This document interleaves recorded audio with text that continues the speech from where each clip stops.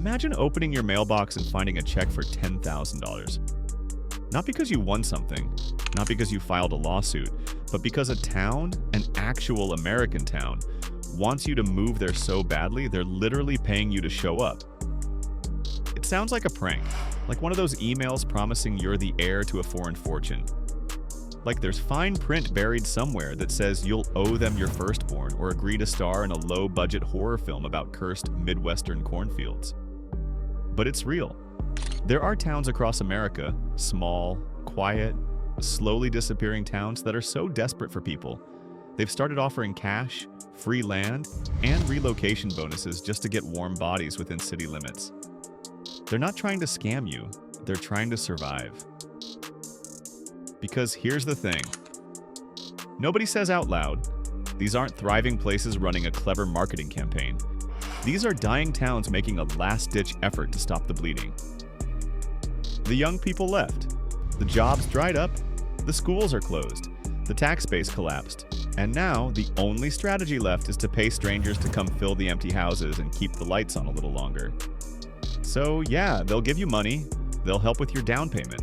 They'll waive fees, offer incentives, and roll out the welcome wagon like you're a celebrity. But the money isn't the cost. The cost is everything else.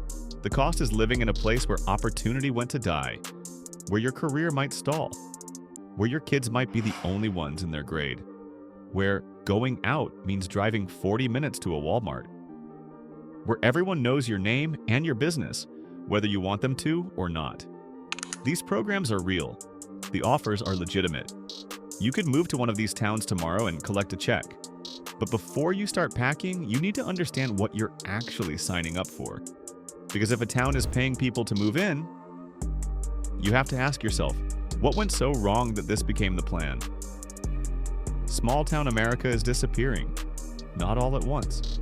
Not in some dramatic, headline-grabbing collapse, but slowly, quietly. One graduating class at a time. One closed factory at a time. One family moving to a bigger city for better jobs, better schools, better healthcare, until suddenly, the town that used to have 5,000 people now has 200, and falling. Young people leave because there's nothing to stay for. No jobs that aren't retail or manual labor. No nightlife. No career ladders to climb. The people who remain are older, retired, or stuck. The tax base shrinks. Roads don't get repaired. Schools consolidate or shut down entirely. Main Street turns into a graveyard of empty storefronts with faded for lease signs that nobody calls about. And when a town starts dying, it's hard to stop, because the decline feeds itself. Fewer people mean fewer services. Fewer services mom and fewer reasons to move there. Fewer reasons to move there means more people leave. It's a spiral. So some towns decided to fight back. Not with new industry or infrastructure investment, because that takes money they don't have, but with incentives. Cash grants, free land, relocation bonuses, anything to convince people that moving to a shrinking town is worth the risk. And for some people, it might be. If you're remote, debt-free, and craving space, these programs could be life-changing. If you're tired of expensive cities, overcrowded suburbs, and the constant grind, a dying town might offer the reset you've been looking for. But these programs aren't miracle solutions. They're survival strategies. And the towns offering them aren't hiding their desperation. They're banking on yours. So before you get excited about a $15,000 relocation bonus, you need to understand what you're walking into. Not just the incentive, the reality. Because the money is just the bait. The question is whether you can live with what comes after. Marquette, Kansas incentive, free residential building lots. Plus cash incentives, Marquette, Kansas will give you free land, actual land, a plot where you can build a house. They'll even throw in cash incentives to help with construction costs. It's the kind of offer that makes you stop scrolling and think, wait, seriously? Compare that to saving for years just to afford a down payment in any remotely desirable city. In Marquette, the land is free. You just have to show up and build.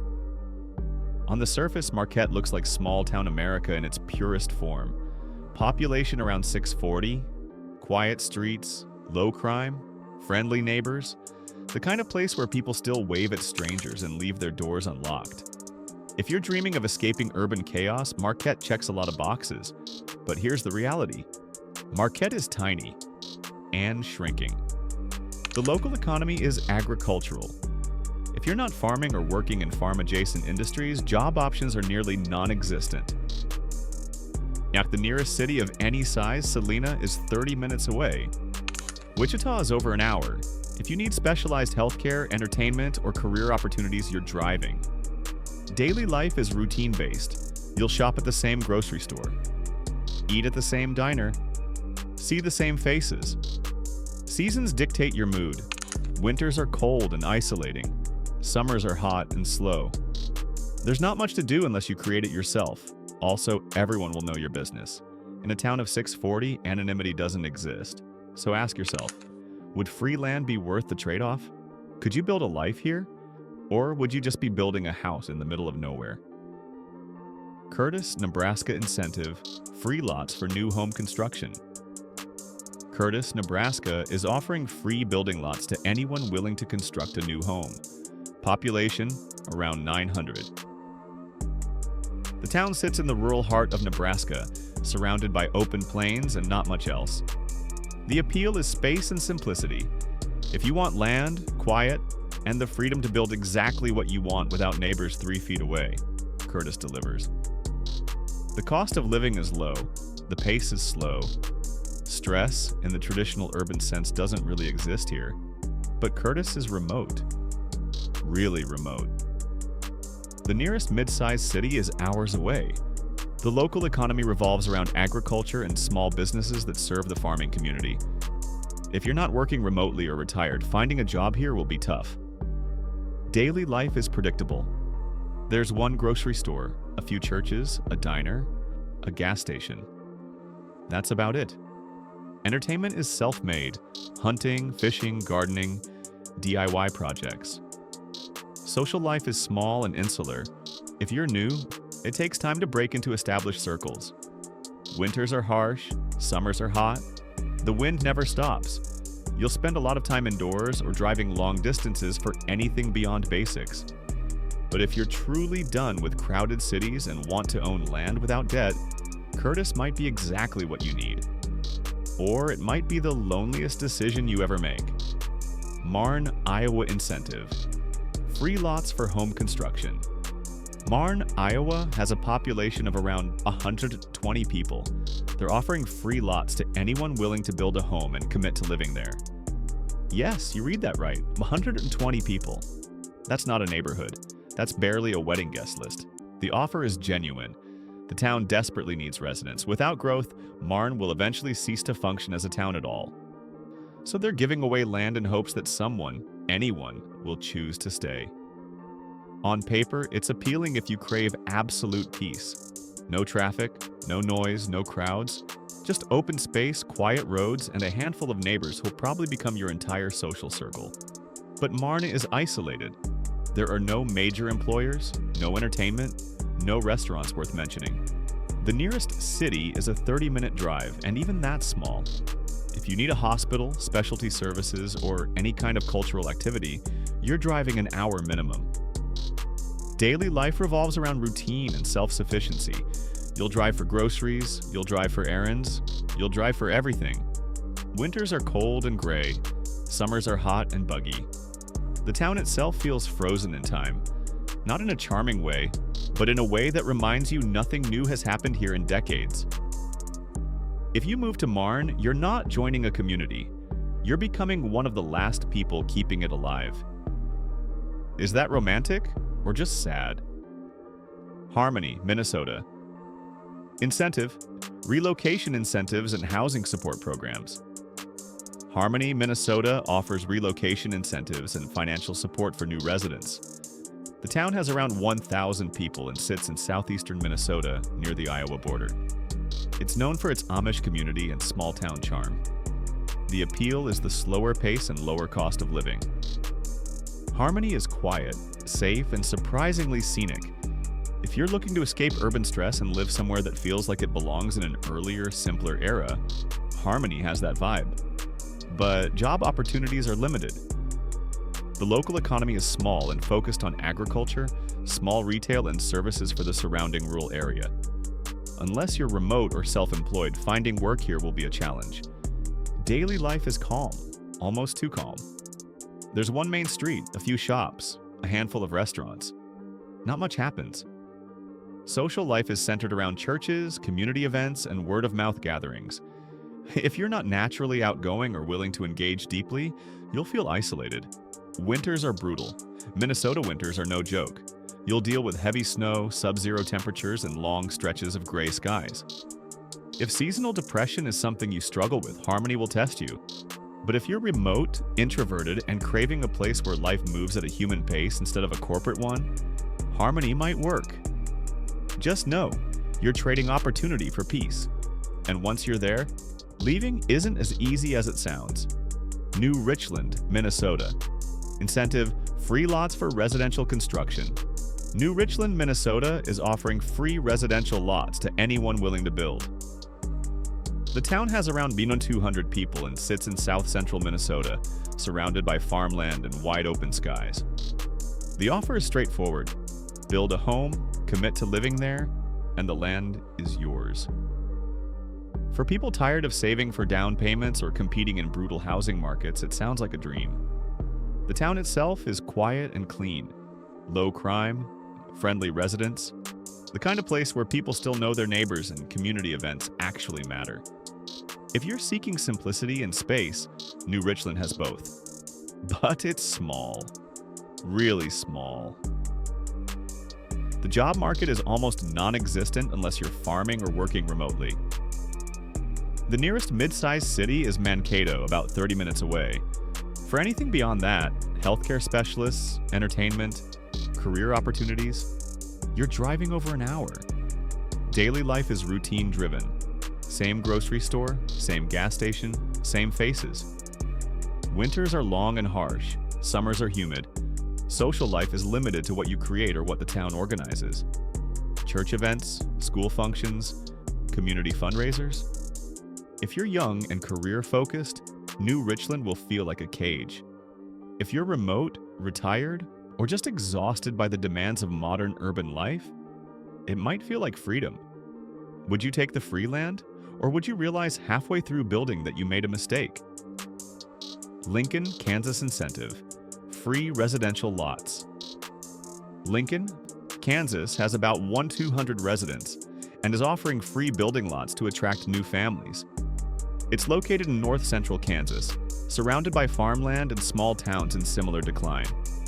The appeal is the same as the others: space, low cost of living, and the chance to own land without the crushing financial burden that comes with it in most of America.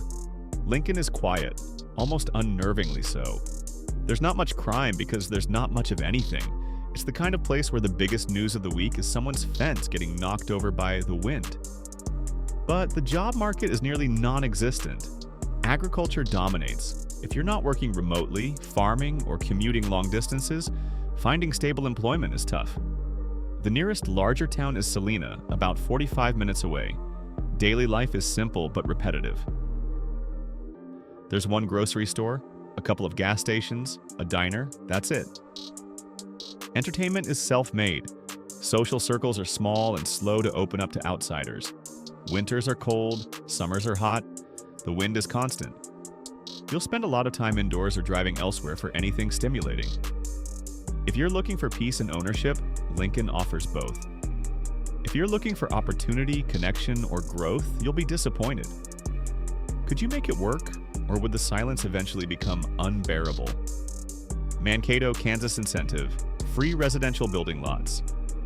Mankato, Kansas has a population of around 850 and is offering free lots for home construction. It's located in north-central Kansas, isolated even by Kansas standards. The offer is real. The desperation is real. The town is shrinking, and without new residents, essential services will eventually disappear. On the surface, Mankato is peaceful. Low crime, open space, a slower, quieter existence. If you want to disconnect from the chaos of modern life, this is about as disconnected as you can get. But Mankato is remote. The nearest city of any size is over an hour away. Job opportunities are almost non-existent. The local economy is agricultural and stagnant. Unless you're retired or working remotely, surviving here financially will be a struggle. Daily life is isolating. You'll drive long distances for groceries, healthcare, and anything beyond the absolute basics. Social life is limited. The town itself feels like it's slowly fading. Winters are harsh. Summers are hot and dry. The landscape is flat and unchanging. If you need variety, stimulation, or human connection, Mankato will starve you of all three. But if you're done with people, noise, and expectations, Mankato offers an escape. The question is, escape to what? Plainville, Kansas incentive. Free residential lots. Plainville, Kansas has around 1,900 people and is offering free building lots to attract new residents. It's one of the larger towns on this list, but that's relative. 1 to 1,900 people is still tiny. The town has basic amenities, a grocery store, gas stations, a few restaurants, and schools. On paper, it's functional, livable. If you're remote and just need a quiet place to exist, Plainville could work, but it's still isolated. The nearest mid-sized city is Hayes, about 45 minutes away. Job opportunities in Plainville itself are limited. The economy is agricultural and service-based, with little room for growth. Daily life is predictable. You'll see the same people, drive the same roads, shop at the same places. Winters are cold, summers are hot, the wind never stops. If you're looking for simplicity and low costs, Plainville delivers. If you're looking for growth, community, or career momentum, you'll be disappointed. Would free land be enough to make this work for you? Elwood, Nebraska. Incentive: free lots for new construction. Elwood, Nebraska has a population of around 700 and is offering free lots to anyone willing to build a home. It's located in south-central Nebraska, surrounded by farmland and long stretches of nothing. The appeal is the same as the others: free land, low costs, and space. If you want to own property without debt, Elwood makes it possible. But Elwood is isolated. The job market is nearly non-existent. The nearest city is Kearney, about 30 minutes away. Social life is minimal. Entertainment is self-made. Daily life revolves around routine. Winters are cold and gray. Summers are hot and humid. The town feels stuck in time, not in a nostalgic way, but in a stagnant way. If you're remote and introverted, Elwood might offer peace. If you're social, ambitious, or young, it will feel like exile. Could you handle it? Osborne, Kansas incentive: free residential lots. Osborne, Kansas Jazz has around 1,400 people and is offering free building lots. It's located in north-central Kansas, isolated and slowly shrinking. The offer is straightforward: build a home, live there, and the land is yours. For people drowning in housing costs, it sounds like salvation. But Osborne is remote. Jobs are scarce. The economy is agricultural. Daily life is quiet to the point of emptiness. Winters are harsh, summers are hot. Social life is limited. If you're remote and seeking simplicity, Osborne could work.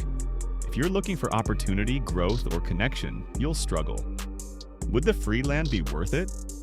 Or would you realize too late that you traded one kind of trap for another? Let's take a breath.